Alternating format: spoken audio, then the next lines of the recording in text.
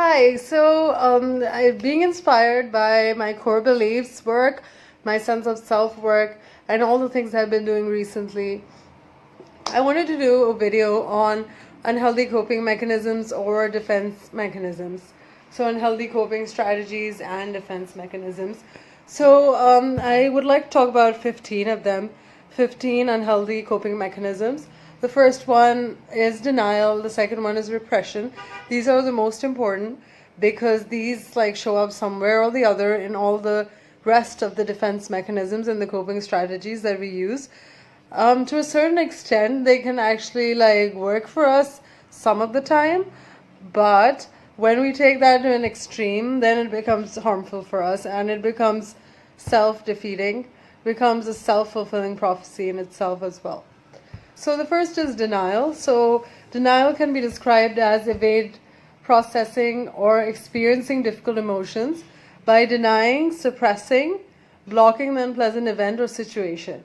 So for instance, if you had a divorce recently, you tell yourself it's not a big deal when it actually is a big deal for you.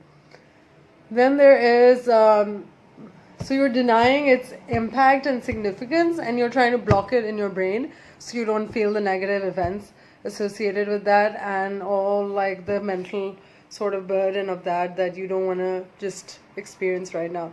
So I was actually in denial for a really long time, and because of that it's sort of I think my issues got worse because instead of working on them, well, I had no way of knowing that I need to work on them. And eventually when I did go for therapy, I just did it myself because I realized, okay, I need to do it now. So yeah, so when you live in denial for so long, you sort of are not working on the things you should be working on. And what happens instead is that things just get worse, usually, instead of getting better. Because of the issues because of those, if that pain is so important, if that made such a big impact on your personality and your sense of self, and you're not processing it, things tend to get worse. So it just manifests in different ways, which could be insomnia or PTSD or just different difficulties having relationships or working. So that's there. So the second one is repression. So repression is, I'm just going to read off what my notes here for a bit. Just excuse me for that because I can't retain. I want to use really precise language for this. So repression is suppressing unpleasant feelings, thoughts and beliefs and the hope of not having to deal with them. So this is kind of what denial is, but it's more towards emotions rather than events, which is denial is more towards events or situations. So these two are the most important, like I said. So the next one is projection, number 3. Anxiety reducing action. So projection is an anxiety reducing action that the ego undertakes wherein associates perceived negative parts of ourselves or our desires by attributing it to the external person. So for instance, if we're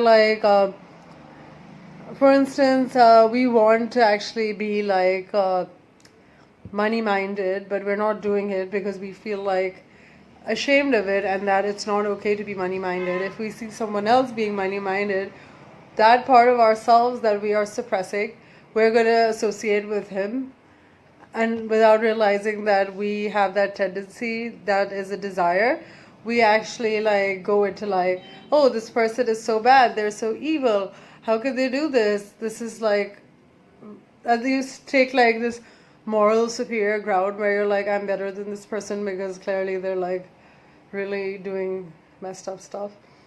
Okay, so number 4 is reaction formation.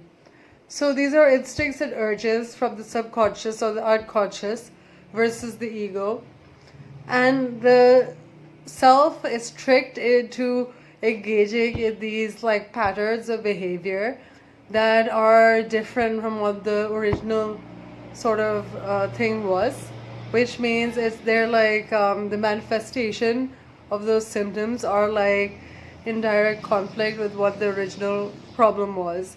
So now you're just using different ways to deal with it.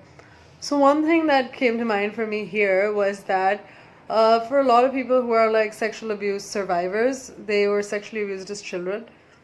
For them, like a reaction formation would be like, so what would seem normal is that, oh, whatever would seem like to make sense, not normal per se, because there is no normal.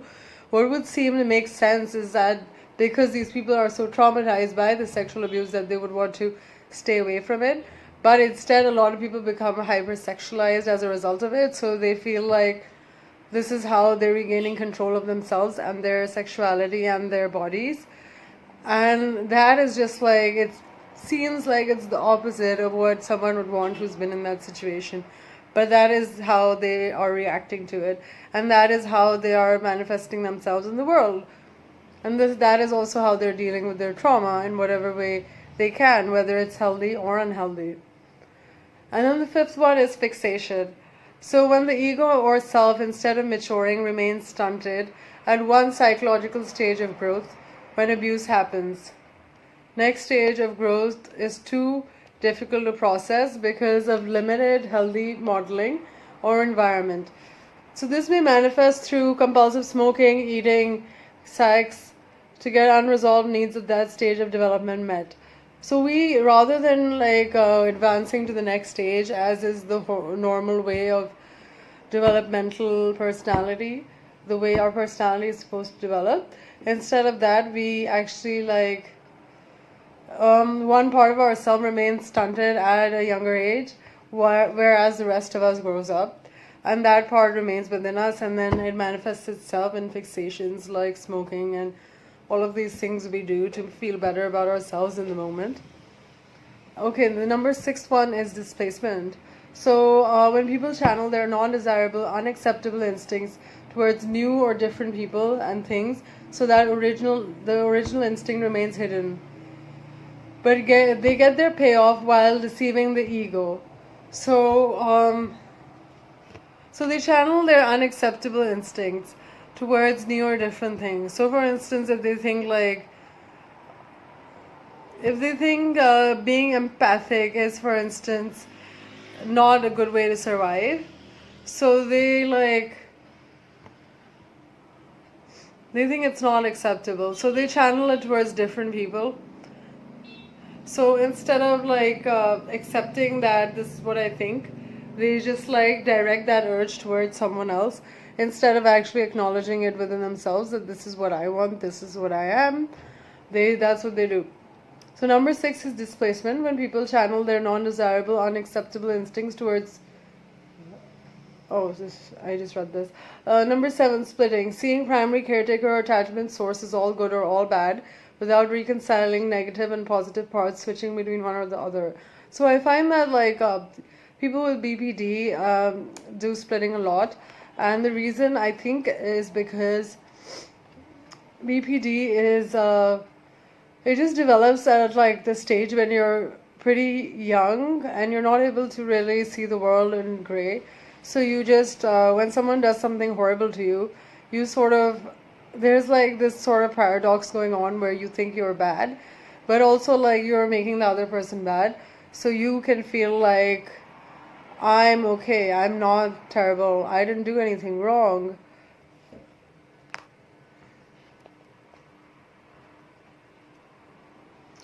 And then there is introjection. So this is the opposite of projection. Here people psychologically associate positive attributes in another to themselves.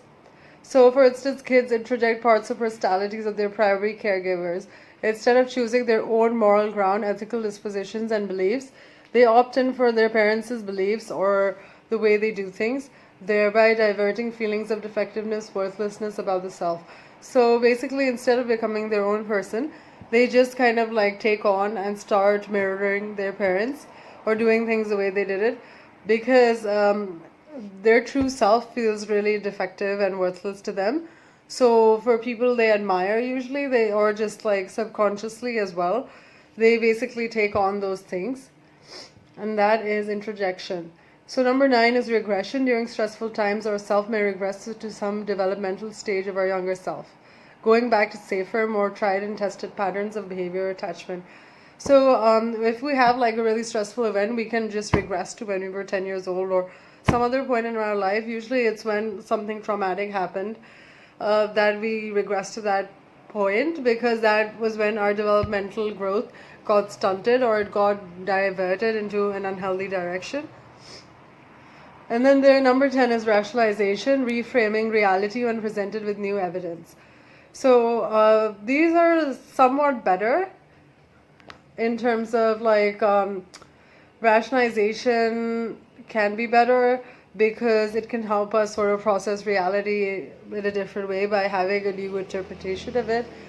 Compartmentalization, which is a form of disassociation, it occurs, number 11, when parts of oneself are separated from other parts and behaving under separate sets of values, emotions, or beliefs, disintegrated from the whole. So when I've been in relationships, I'm sure other people have had this experience, they felt that as like a lot of, I think, gender is because of socialization. So men are socialized to be more compartmentalized, to just keep working, to suppress their emotions more, and women are sort of like not wired that way, so they kind of like find it difficult to do compartmentalization to that degree. And other than that, it's just like this perception of compartmentalization as if it increases efficiency, and it's like it would be great to actually be able to do all the work even if like your kid is dying, but you still can like do your job. So that would seem nice, but it's actually a way to disassociate from yourself and deny what you're actually feeling and what your experience actually is by sort of like discarding those feelings or just like throwing them on the side. So number 12 is intellectualization, overemphasis on thinking when confronted with an unacceptable impulse, situation, or behavior without employing any emotions whatsoever to help mediate and place the thoughts into an emotional human context. So basically when we have an impulse and we don't think it's acceptable, so instead of using any emotions to deal with it, to like negotiate or understand it, we just like say that okay, this is not okay, or we just like pass a judgment, or we just like use our brain but we don't use our emotions, we don't take them into account. So that is pure intellectualization. And then number 13 is overcompensation. So when we feel a lack of something, we usually this is when we go in the opposite direction of overdoing it. So if we feel like I want people to think I'm a nice person, so we can overcompensate and be like totally like overly friendly, overly nice, and that can actually like unsettle people, like what's going on with her, because they're not used to people doing that. And then number 14 is acting out, performing an extreme behavior in order to express thoughts or feelings the person feels incapable of otherwise expressing. So like instead of saying I'm angry with you, you just like punch a wall, or you throw shit around, or you just like throw a tantrum. So it's like this like really aggressive, really loud, usually manifestation of your true inner feelings that you're not able to express very well, or it doesn't feel good even when you do express them. You feel like you need to like channel that, and what happens when you express it is that like all the stored energy just like reaches this crescendo. It increases when you're like really worked up, and then it like starts declining and you feel better, you feel relieved, you feel better than you started off as. So that is the payoff here, and that's why you keep doing it over and over again, because this is the way you dealt with it initially when you experience these emotions. Then number 15 is disassociation and depersonalization. So when a person loses track of time or the sense that they are real, so I've experienced this a lot, and actually in some ways it helps me have that objective third person view of myself. In other ways it makes me feel like really disintegrated and like I'm 10 different people at once. So when a person loses track of time and or their sense of self, and instead finds another representation of their self in order to continue in the moment. Okay, so yeah, so basically you just like disassociate from yourself, and a lot of time when people just like, or when I'm with people and they're asking me to communicate, so I feel like really disassociated, but I just like, I feel like I have to respond, so I just respond with something that makes sense, but instead of blanking out, but in my mind I'm really blanked out and I'm just like this is a play and I'm just watching it happen. I'm not really part of it. I'm just an observer. So as compared to this, healthy coping strategies would be seeking help from professionals or your friends, asserting oneself respectfully, gently but firmly, and then sublimation, which is channeling your unacceptable or just like your shadow self, which you think society would not accept, channelizing that into something positive, whether it be art or music or something creative. That would be more of a channelization in a positive direction. So these are all the ones that we use. So which ones do you use? Let me know, share your comments, share your experiences, and I'm here to listen. Thanks, bye.